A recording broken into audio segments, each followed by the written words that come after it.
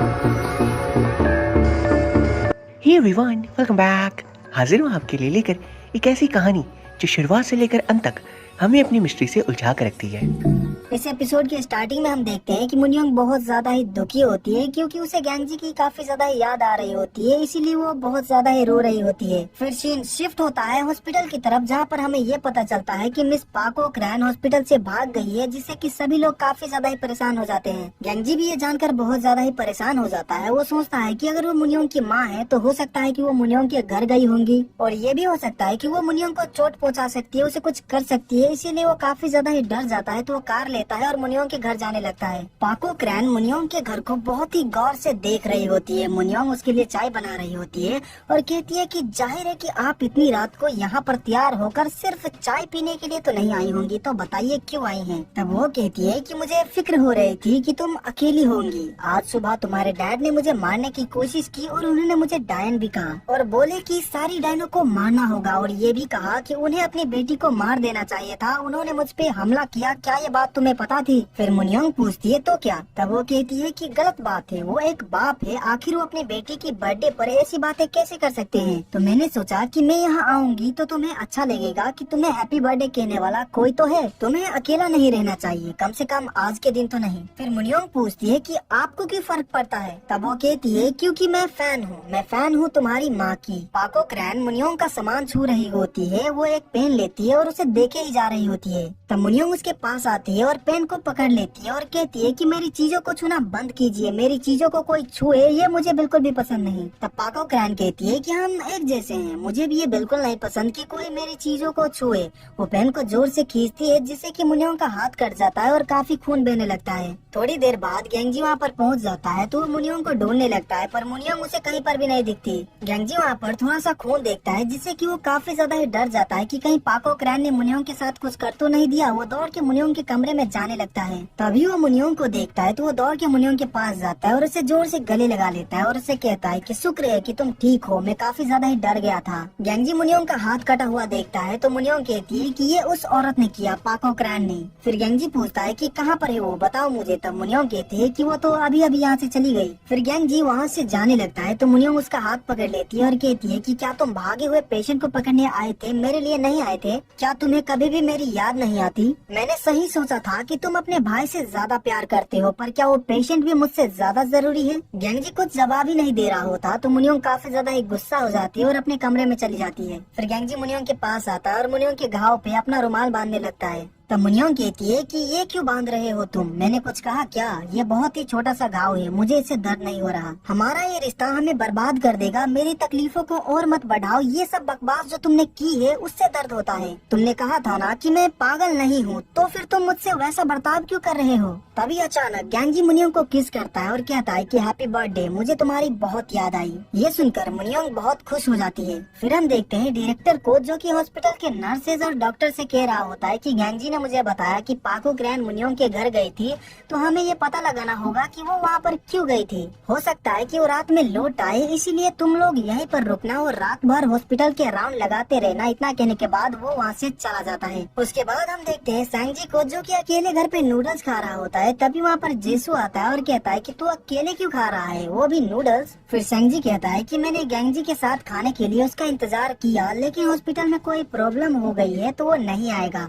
वो किसी को पकड़ने गया है तो वो आज रात घर नहीं आएगा। तब जेसू कहता है कि हाँ वो तो मुझे भी पता है, तभी तो मैं यहाँ पर आया हूँ। वो सैंगजी को मैंगजी दिखाता है और उससे कहता है कि ये मुझे बाहर मिला था। फिर सैंगजी कहता है कि ये मैंगजी है। गैंगजी, सैंगजी और मैंगजी हम तीनों ही भाई भाई हैं। तब जेसू कहता है कि ये क्या बोल रहे हो, अब तो हद हो गई। तुम इस गंदे से भद्दे से गुड्डे को अपना भाई बना सकते हो, जबकि मैं तुम्हारे साथ पिछले 10 सालों से रह रहा हूँ। अगर तुम्हें 2 भाई चाहिए तो मैं हूँ ना। गैंगजी और सैंगजी के साथ जेसू, मुझे बना लो भाई। फिर सैंगजी कहता है कि कभी नहीं जेसू, तुम हमारे भाई नहीं हो, तुम्हारा हमारा सरनेम अलग है, तुम हमारे खानदान के नहीं हो और ना ही हम रिश्तेदार हैं, तो बकवास मत करो। ये सुनकर जेसू सैंगजी से लड़ने लगता है और कहने लगता है कि भाई बनाओ मुझे तुम। गैंगजी हरदम अपनी फिक्र किए ये बिना काम करता रहता है तो उसकी तबीयत खराब हो जाती है, उसे बुखार आ जाता है। तो मुनियोंग ठंडे पानी से और कपड़े से उसका शरीर पोंछ रही होती है। गैंगजी मुनियोंग से पूछता है कि पाक ओकरान ने तुमसे क्या कहा। तो मुनियोंग कहती है कि वो कह रही थी कि मैं अकेली होंगी इसीलिए वो मुझे विश करने चली आई।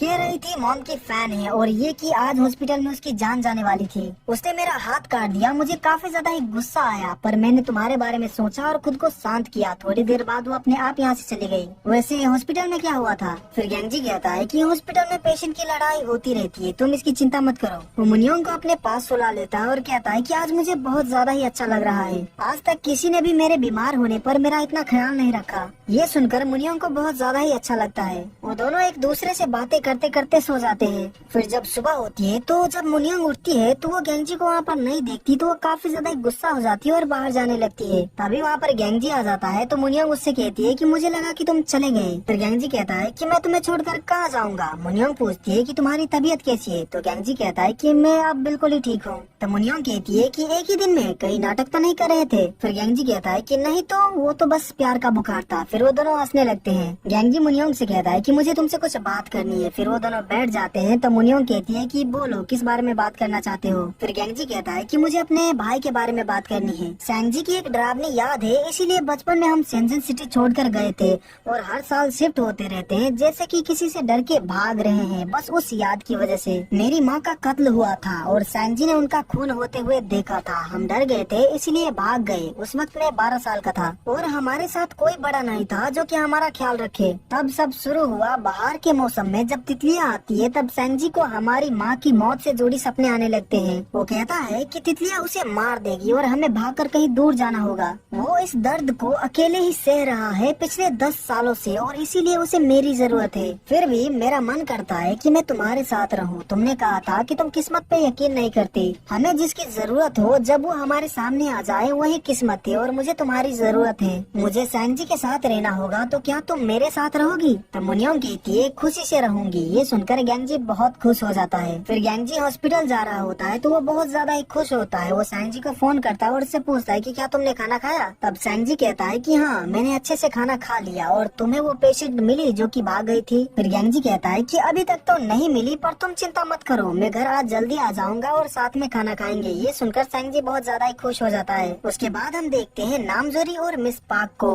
मिस पाक नामजोरी से पूछती है कि क्या पाक ओकरान का कुछ पता चला? फिर नामजोरी कहती है कि उनको कल रात एक सीसीटीवी कैमरे में माउंट ओजी की तरफ जाते हुए देखा गया था। पुलिस उसका पता लगा रही है कि वो कहाँ है। तब मिस पाक कहती है कि उसके रूम का सारा सामान निकाल कर पुलिस के पास भेज दो, वेटिंग लिस्ट वाले पेशेंट को एडमिट करना है। फिर नामजोरी कहती है कि इतनी जल्दी अगर वो वापस आ गई तो क्या करेंगे? तब मिस पाक कहती है कि वो नहीं आएंगी। नामजोरी अपना काम कर रही होती है तभी गैंगजी हॉस्पिटल आता है और वो बहुत ज्यादा ही खुश होता है, जो देखकर नामजोरी काफी ज्यादा ही हैरान रह जाती है कि वो खुश कैसे है। कल तो वो काफी ज्यादा ही दुखी था। वो गैंगजी से कहती है कि मिस पाक ने कहा है कि पाक ओकरान का रूम साफ करने को, ताकि वेटिंग लिस्ट वाले पेशेंट को एडमिट कर सके। फिर गैंगजी पाक ओकरान का रूम साफ करने लगता है और वहीं पर एक पेशेंट होती है जो कि गैंगजी से बातें कर रही होती है। गैंगजी बहुत ज्यादा ही मुस्कुरा रहा होता है तो वो पेशेंट कहती है कि तुम बदल गए, तुम्हारी स्माइल बहुत ज्यादा ही अच्छी लग रही है। डायरेक्टर एक पेशेंट के साथ गेम खेल रहा होता है और साथ ही वो दोनों एक दूसरे से पाक ओकरान के बारे में बातें कर रहे होते हैं। वो पेशेंट कहता है कि सुना है कि पाक ओकरान अपने जमाने में छोटी मोटी एक्ट्रेस थी और उसने कई प्लास्टिक सर्जरी करवाई थी। ये औरत 1-2 महीनों से काफी अजीब बर्ताव कर रही थी। वो कहती थी कि उसे एक्टिंग की प्रैक्टिस करनी है, तो शीशे के सामने हंसती रहती थी और रात भर कुछ याद करती रहती थी। उसे लगता था कि वो अभी भी एक एक्ट्रेस है। ये जानकर कि पाक ओकरान एक्टिंग की प्रैक्टिस करती थी, डायरेक्टर को काफी ज्यादा ही हैरानी होती है। गैंगजी पाक ओकरान का रूम साफ कर रहा होता है तो उसे कुछ बुक्स मिलती है, जिनमें से एक बुक होता है the murder of the witch of the west, और उस बुक के अंदर उसे छोटे छोटे नोट्स मिलता है जिनमें पाक ओकरान ने कुछ लिखा था, पर उसने पेन से उसे काट दिया होता है। गैंगजी उन नोट्स को पढ़ने की कोशिश कर रहा होता है कि तभी उसके पीछे डायरेक्टर आता है और जब गैंगजी पीछे देखता है तो वो काफी ज्यादा डर जाता है, तो उसके मुंह से एक गाली निकल जाती है। तब डायरेक्टर कहता है कि क्या तुमने गाली दी? अब तुम अपना असली चेहरा दिखा रहे हो। वैसे कल तुम कहाँ सोए थे? कल तो तुम बहुत ज्यादा ही उदास थे, पर आज तुम बहुत ज्यादा ही खुश हो। लगता है कल तुम घर पे नहीं सोए, पेशेंट को ढूंढने के बजाय मौज मस्ती में लगे थे। फिर गैंगची कहता है कि नहीं सर, ऐसी कोई बात नहीं है। डायरेक्टर कहता है कि पाक और क्रैन आखिर मुनियोंग के घर क्यों गई होंगी? वो सिर्फ मुनियोंग को हैप्पी बर्थडे बोलने तो नहीं गई होंगी। फिर गैंगची कहता है कि मुझे तो यही लगता है, मुझे उम्मीद है कि पाक और क्रैन वहाँ उसे बर्थडे विश करने ही गई होंगी। अब हमें कोई तकलीफ नहीं होगी, काश सब कुछ ऐसा ही हो। फिर हम देखते हैं कि मुनियोंग जेसु के रेस्टोरेंट आई होती है ताकि वो सेंजी से बात कर सके। वो जेसु से कहती है कि मुझे बहुत सारा पिज्जा चाहिए, बदले में मैं सेंजी से बात करना चाहती हूँ। फिर सेंजी को जेसु मुनियोंग के पास बिठा देता है और पिज्जा बनाने चला जाता है। मुनियोंग सेंजी से कहती है कि प्लीज घर वापस आ जाओ, मेरे पास तुम्हारे लिए काम है, लेकिन सेंजी आने से मना कर देता है। तब मुनियोंग कहती है कि अगर तुमने काम बीच में छोड़ा तो तुम्हें 3 गुना फाइन देना होगा। अगर कोई कॉन्ट्रैक्ट बीच में तोड़ता है तो वो धोखाधड़ी होता है, जिसके लिए फाइन भरना पड़ता है, क्योंकि तुम किसी का भरोसा तोड़ते हो। तुम जानते हो ये इलीगल है। फिर सेंजी कहता है कि बकवास मत करो, तुमने मुझे कुछ भी नहीं दिया, तुमने मुझे बहन लाकर नहीं दी। तब मुनियोंग कहती है कि मैंने तुम्हें रहने की जगह दी, खाना दिया, तुम्हें पता है मेरे घर का किराया कितना ज्यादा है, तो या तो 3 गुना ज्यादा फाइन भरो या मेरे लिए ड्राइंग्स बनाओ, फैसला तुम्हारा है। और हाँ, गैंगजी का भी खर्चा मिला लेना, 6 गुना फाइन। ये सुनकर सेंजी काफी ज्यादा परेशान हो जाता है कि उसे 6 गुना फाइन देना पड़ेगा, लेकिन मुनियोंग बस उसे डरा रही होती है ताकि वो घर वापस आ जाए। लेकिन सेंजी फिर भी नहीं मानता, उसका काम खत्म हो गया होता है तो वो घर जा ही रहा होता है, तो मुनियोंग भी उसके पीछे पीछे आ रही होती है।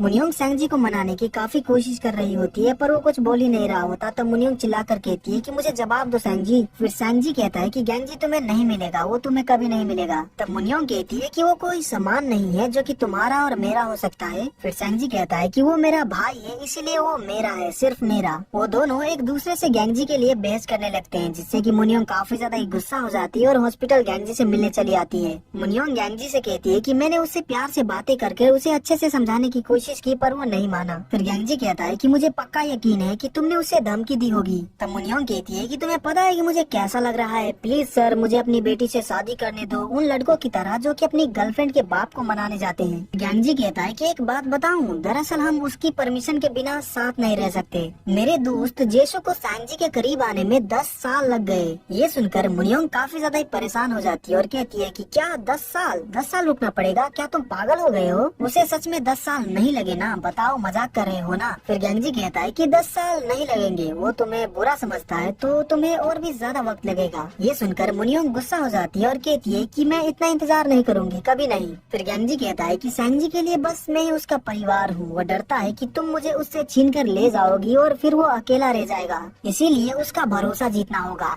जताओ कि तुम मुझे नहीं छीनोगी, बल्कि मेरी तरह हमेशा उसके साथ रहोगी, तब तुम अजनबी नहीं रहोगी, हम में से एक रहोगी, तो उसका भरोसा जीतो। बताओ, तुम जीतोगी ना? तब मुनियोंग कहती है कि हाँ, मैं कोशिश करूंगी। फिर गैंगजी कहता है कि घर में अकेले रहती हो तो किसी अजनबी को अंदर मत आने देना, दरवाजा बंद रखना। फिर सीन शिफ्ट होता है और हम देखते हैं हॉस्पिटल की नर्सेस और डॉक्टर्स मिस्टर कोदेवान के बारे में बात कर रहे होते हैं। दरअसल मिस्टर कोदेवान का जो ब्रेन ट्यूमर होता है वो बहुत ज्यादा ही बढ़ चुका होता है, जिसकी वजह से उनकी सर्जरी करना पॉसिबल नहीं होता और वो कुछ दिनों में ही मर जाएंगे, इसीलिए सभी लोग काफी ज्यादा ही परेशान होते हैं। उसके बाद हम देखते हैं नामजुरी और ली एक रेस्टोरेंट में खाना खाने के लिए आए होते हैं। वो दोनों एक दूसरे से काफी सारी बातें कर रहे होते हैं और काफी ज्यादा ही खुश भी होते हैं। गैंगजी मुनियोंग को उस घर में अकेले रहने नहीं देना चाहता था, इसीलिए वो शिंजी को वहाँ पर भेज देता है ताकि वो उसके साथ रह सके जब तक सब कुछ ठीक नहीं हो जाता। उसके बाद हम देखते हैं कि सेंजी जब पेंटिंग कर रहा होता है तभी वहाँ पर डायरेक्टर आता है और कहता है कि शायद अगले हफ्ते तुम्हारा काम हो जाएगा। फिर सेंजी कहता है कि हाँ, काम बहुत जल्दी खत्म हो जाएगा और पेंटिंग भी जल्दी तैयार हो जाएगी, तो बताओ कि तुम मुझे इसके कितने पैसे दोगे? तब डायरेक्टर कहता है कि अरे इस गार्डन में तो तितलियां तो है ही नहीं। फिर सेंजी कहता है कि मैं तितलियां नहीं बनाऊंगा। तब डायरेक्टर कहता है कि मैंने तुमसे कहा था कि पेंटिंग एकदम बाहर के नजारे जैसी बनानी है, और बाहर तो बहुत सारी तितलियां हैं लेकिन पेंटिंग में तो बिल्कुल भी नहीं है, तो ये पेंटिंग सही नहीं है, ये काम पूरा नहीं हुआ। अगर तुम तितलियां नहीं बनाओगे तो भूल जाओ, तुम्हें कोई पैसे वैसे नहीं मिलेंगे। इतना कहकर डायरेक्टर वहाँ से जाने लगता है। डायरेक्टर ये इसलिए कर रहा होता है ताकि सेंजी के अंदर से तितलियों का डर खत्म हो जाए और वो पेंटिंग में तितलियां बनाए। लेकिन सेंजी इस बात से काफी ज्यादा गुस्सा हो जाता है कि उसे कोई पैसे नहीं मिलने वाले, तो वो अपना सारा पेंटिंग का सामान लेकर घर वापस आ जाता है। सेंजी बार बार कह रहा होता है कि मुझे हॉस्पिटल नहीं जाना, मुझे पेंटिंग नहीं बनानी। गैंगजी उससे पूछता है कि तुम्हें हॉस्पिटल क्यों नहीं जाना, तुम्हें पेंटिंग क्यों नहीं बनानी और तुम्हें डायरेक्टर से फिर क्यों नहीं मिलना, बताओ मुझे। तब सेंजी कहता है कि उसने मुझसे कहा था कि काम पूरे होने पर वो मुझे मुझे पैसे देगा तो अब वो क्यों नहीं दे रहा। वो मुझे तितलियां बनाने को कह रहा है। वो बहुत ही बुरा इंसान है। सैंगजी छिपने जा रहा होता है तो गैंगजी उसे पकड़ लेता है तो सैंगजी उसके हाथ पे काट लेता है। फिर गैंगजी भी उसके पीठ पे मारने लगता है। गैंगजी कहता है कि दर्द हुआ ना, मार पड़ने पर दुखता है ना, मुझे भी दर्द हुआ, कितनी जोर से काटा तुमने। तब सैंगजी कहता है कि तुमने मुझे मारा, अपने बड़े भाई को मारा। फिर गैंगजी कहता है कि सबसे पहले तुमने मुझे काटा, जब तुमने मेरे सर में पेंसिल घुसाई थी तब भी मुझे दर्द हुआ था। तुमने मुझे धक्का देकर डेस्क पे दे मारा था तो मैं दर्द से सो नहीं पाया था। तुम्हें क्या लगता है मुझे मार खाने में मजा आता है क्या? मैं अब तुम्हारी मनमानी नहीं सहूंगा और ना ही मार खाऊंगा। गैंगजी काफी गुस्से में होता है। तब सैंगजी कहता है कि शांत हो जाओ, मैं तुम्हारा बड़ा भाई हूँ ना, तो मेरी बात मानो। फिर गैंगजी कहता है कि अगर बड़े हो तो बड़े की तरह क्यों नहीं रहते। गैंगजी सैंगजी पे चिल्लाया जिससे कि सैंगजी को काफी ज्यादा ही गुस्सा आ जाता है तो वो गैंगजी से लड़ने लगता है। लेकिन इस बार गैंगजी भी सैंगजी को नहीं छोड़ता, वो भी उससे लड़ने लगता है। फिर सीन शिफ्ट होता है और हम देखते हैं जेसू और गैंगजी को। गैंगजी को सैंगजी ने काफी ज्यादा ही मारा होता है तो वो उसके साथ वहाँ पर बैठा होता है। जेसू कहता है कि कहीं बहुत जल्द मरने तो नहीं वाला तू, बहुत ही अजीब हरकतें क्यों कर रहा है तू। फिर गैंगजी कहता है कि सैंगजी मुझे मारे तो मुझे बुरा नहीं लगता था, पर आज उससे लड़कर मुझे बहुत ज्यादा ही अच्छा लग रहा है। गैंगजी बहुत ज्यादा ही खुश होता है सैंगजी से लड़कर। वहीं दूसरी तरफ सैंगजी गैंगजी से काफी ज्यादा ही नाराज होता है और कह रहा होता है कि आज से गैंगजी मेरा भाई नहीं, हम अजनबी है। फिर जब गैंगजी सोने जा रहा होता है तभी मुनियोंग उसे मैसेज करती है कि मैं बोर हो रही हूँ और साथ ही मुझे काफी ज्यादा ही भूख लगी है। ये सारी मैसेज देखकर गैंगजी मुनियोंग से मिलने चला जाता है और उसे कहीं खाना खिलाने भी ले जाता है। मुनियोंग गैंगजी के चेहरे पर चोट का निशान देखती है तो वो पूछती है कि ये कैसे हुआ। फिर गैंगजी कहता है कि मेरी भाई से लड़ाई हो गई थी, लेकिन इस बार हम दोनों में बराबरी की लड़ाई हुई, लेकिन असल में उसने मुझे ज्यादा मारा। तब मुनियोंग कहती है कि तुमने तो कहा था कि तुम उसे कहोगे कि उसे एक साथी मिलने वाली है, लेकिन तुम तो उसे लड़कर आ गए, तो बताओ अब क्या करने वाले हो तुम। फिर गैंगजी कहता है कि मैं वही सोच रहा हूँ। तब मुनियोंग कहती है कि उसे सच बता दो, उसे कह दो कि तुम्हें मुझसे प्यार है और मेरे बिना रह नहीं सकते, उसे ये बात समझनी होगी, बस प्रॉब्लम सॉल्व। फिर गैंगजी कहता है कि मुझे तुमसे प्यार है, उसे बताने पर पता नहीं कि वो कैसा रिएक्ट करेगा। तब मुनियोंग कहती है कि उसकी फिक्र करना कब छोड़ोगे और अपनी फिक्र करना कब शुरू करोगे तुम्हारा कोई सपना नहीं है क्या, ऐसा कुछ जो तुम करना चाहते हो। फिर गैंगजी कहता है कि मेरे 3 सपने थे, उनमें से 2 तो पूरे हो गए। तब मुनियोंग पूछती है कि क्या थे वो सपने। फिर गैंगजी कहता है कि शहर बदलने के अलावा मुझे कहीं घूमने जाना था, जो कि मैं तुम्हारे साथ गया था, और दूसरा ये कि मुझे अपने भाई से एक बार लड़ना था। सुनने में भले ही अजीब लगे लेकिन उससे लड़ने में मुझे बहुत ज्यादा ही मजा आया, लगता है कि मैं आम लोगों की जिंदगी जी रहा हूँ। तब मुनियोंग पूछती है कि तीसरा सपना क्या है जो कि पूरा नहीं हुआ। फिर गैंगजी कहता है कि वो ये कि मैं चाहता था कि सैंगजी बड़ा भाई होने का फर्ज निभाता और मेरा ख्याल रखता, पर यह मुमकिन नहीं। फिर सीन शिफ्ट होता है और हम देखते हैं गैंगजी और सैंगजी सो रहे होते हैं। गैंगजी बहुत ही अच्छा सपना देख रहा होता है और बड़बड़ा रहा होता है, जिससे कि सैंगजी की नींद खुल जाती है। वो देखता है कि गैंगजी सोते हुए बहुत ज्यादा ही मुस्कुरा रहा है। सैंगजी देखता है कि वो बहुत ज्यादा ही खुश है। सैंगजी ने गैंगजी को इतना ज्यादा खुश कभी नहीं देखा था। सैंगजी जिंदगी में पहली बार अपने भाई को इतना ज्यादा खुश देखकर काफी इमोशनल हो जाता है और काफी खुश भी। वो बार बार गैंगजी का चेहरा देखे ही जा रहा होता है। फिर जब सुबह होती है तो ली मुनियोंग से मिलने आता है ताकि वो जान सके कि मुनियोंग ने कितनी स्टोरी लिखी है, लेकिन मुनियोंग ने अभी स्टार्ट ही किया होता है। तो वो पूछता है कि इस बुक के लिए ड्राइंग कौन करने वाला है। तब वो कहती है कि मेरा बेस्ट फ्रेंड सैंगजी। गैंगजी हॉस्पिटल में होता है तभी उसे सैंगजी फोन करता है और उससे पूछता है कि तुमने खाना खाया। ये सुनकर गैंगजी काफी ज्यादा ही हैरान रह जाता है क्योंकि सैंगजी ने कभी भी उससे ऐसी बात नहीं की थी। फिर गैंगजी कहता है कि एक इमरजेंसी केस था इसीलिए नहीं खा पाया। तब सैंगजी कहता है कि मुझे भी भूख लगी है तो आज शाम 6 बजे वी आर फैमिली रेस्टोरेंट में मिलो, साथ में खाना खाएंगे। इतना कहकर वो फोन काट देता है। नामजूरी ने ली को बताया कि मिस्टर कोदेवान बस कुछ दिन ही जी पाएंगे और उसने ली को ये भी कहा कि वो मुनियोंग को ये बता दे। ली यही बात मुनियोंग को बताने आया होता है। वो कहता है कि तुम्हारे डैड को फिर से ब्रेन ट्यूमर हो गया है, ऑपरेशन भी नहीं हो सकता और डॉक्टर उन्हें बचा भी नहीं पाएंगे। फिर मुनियोंग कहती है कि मेरे लिए मेरे पापा तभी मर गए थे जब मैं 12 साल की थी, वो कब के मर चुके हैं, अब बस उनका शरीर बचा हुआ है। तब ली कहता है कि उनके दिमाग पे गहरा असर हुआ है, उनकी याददाश्त चली गई है, वो सब कुछ भूल गए, दिमाग शरीर का साथ नहीं दे रहा तो वो बहुत ही अजीब हरकतें करने लगे हैं, लेकिन फिर भी परिवार के नाम पे बस वही तो एक बच्चे हैं। फिर मुनियोंग कहती है कि मेरा कोई परिवार नहीं है, मैं अनाथ हूँ। गैंगजी और सैंगजी वी आर फैमिली रेस्टोरेंट में आए होते हैं खाना खाने के लिए। सैंगजी सेंगजी को अच्छे से खिला रहा होता है। अगर गेंजी का खाना खत्म हो जाता तो सेंगजी उसे अपना खाना देता। ये देखकर गेंजी बहुत ही खुश होता है। सेंगजी खाने का बिल भी भरता है और साथ ही गेंजी को पॉकेट मनी भी देता है और उससे कहता है कि कस्टमर टिप देते हैं, बॉस बोनस और बड़ा भाई पॉकेट मनी, इसे रख लो। फिजूल के खर्चे गलत बात है तो सोच समझ के खर्च करना, लेकिन फिक्र मत करना, अगर खर्च हो जाए तो मैं तुम्हें और दूंगा। सेंगजी ये इसलिए कर रहा होता है क्योंकि कल रात उसने अपने भाई को बहुत ही मुस्कुराते हुए देखा। जिंदगी में पहली बार उसे इतना खुश देखा, जिससे कि वो भी बहुत ज्यादा ही खुश हो गया और वो चाहता था कि उसका भाई हमेशा ऐसे ही खुश रहे, इसीलिए वो ये सब कर रहा होता है। आज गेंजी का तीसरा सपना भी पूरा हो जाता है, जो कि था कि सेंगजी उसका ख्याल रखे, अपना बड़े भाई होने का फर्ज निभाए। सेंगजी को अपनी फिक्र करते देख गेंजी बहुत ज्यादा ही खुश हो जाता है। वहीं पर मुनियोंग भी आई होती है क्योंकि गेंजी ने उसे बुलाया होता है। मुनियोंग सेंगजी को उसका बिल भरने के लिए कहती है, पर वो नहीं भरता, वो वहाँ से जाने लगता है। तो मुनियोंग भी उसके पीछे पीछे आने लगती है। वो सेंगजी से कहती है कि मुझे कोई पॉकेट मनी नहीं देता, मेरा कोई बड़ा भाई नहीं है और मेरे फैमिली में से भी कोई नहीं बचा, तो मैं सच में अनाथ हूँ सेंगजी। लेकिन सेंगजी जाने लगता है और गेंजी को भी चलने के लिए कहता है। सेंगजी जा ही रहा होता है तो मुनियोंग जोर से कहती है कि मुझे भी तुम्हारे जैसा एक बड़ा भाई चाहिए। ये सुनकर सेंगजी रुक जाता है और वो काफी सोचने लगता है, पर वो गेंजी को चलने के लिए कहता है, जिससे कि मुनियोंग काफी ज्यादा ही उदास हो जाती है। लेकिन थोड़ी दूर जाने के बाद सेंगजी मुनियोंग को भी चलने के लिए कहता है, कि जिससे कि मुनियोंग और गेंजी काफी ज्यादा ही खुश हो जाते हैं। वो दोनों दौड़ के सेंगजी के पास जाते हैं और उसका हाथ पकड़ लेते हैं और जाने लगते हैं। सेंगजी और गेंजी फिर से मुनियोंग के साथ रहने के लिए चले आते हैं, जिससे कि मुनियोंग बहुत ज्यादा ही खुश होती है और फिर मुनियोंग रात को चैन की नींद सोने लगती है। सेंगजी सो रहा होता है तो गेंजी उससे पूछता है कि सेंगजी क्या तुम बड़े हो गए हो जो कि प्यार करना जानता है? फिर सेंगजी कहता है कि हाँ, मैं बड़ा हो गया हूँ और मैं तुम्हारा और मुनियोंग का ख्याल रखूंगा। और यहीं पर ये एपिसोड खत्म हो जाती है।